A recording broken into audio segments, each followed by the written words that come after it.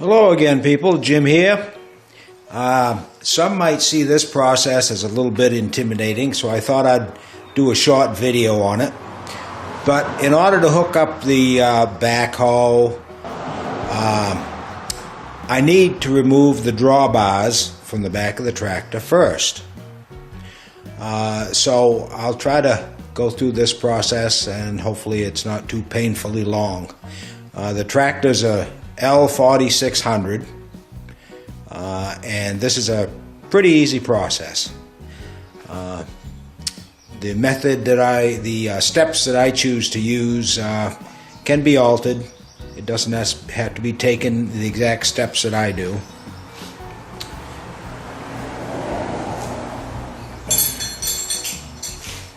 You'll need a 9/16 wrench, and in my case, two 11/16 wrenches.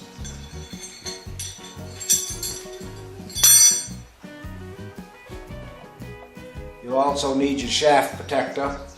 You need to put this back on, since I'm not using the PTO.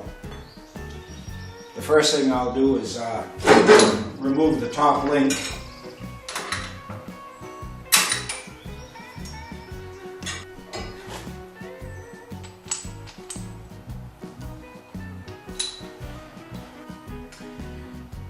The next thing is to take the two pins from the side of the tractor. 9/16 wrench will do that. Don't lose your screws.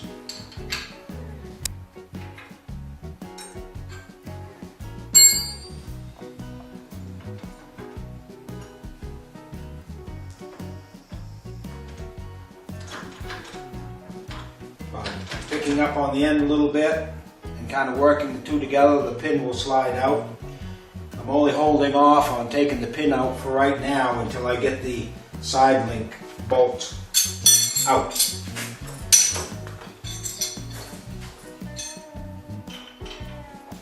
Once the nut is off, the bolt can be pulled off, the side link is loose,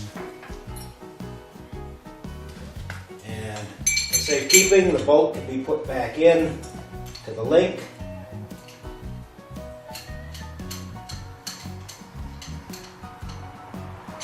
At this time, you can finish pulling the pin out.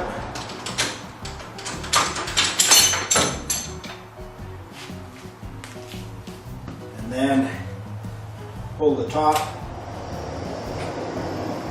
clevis pin and slide it off. And there's the right side.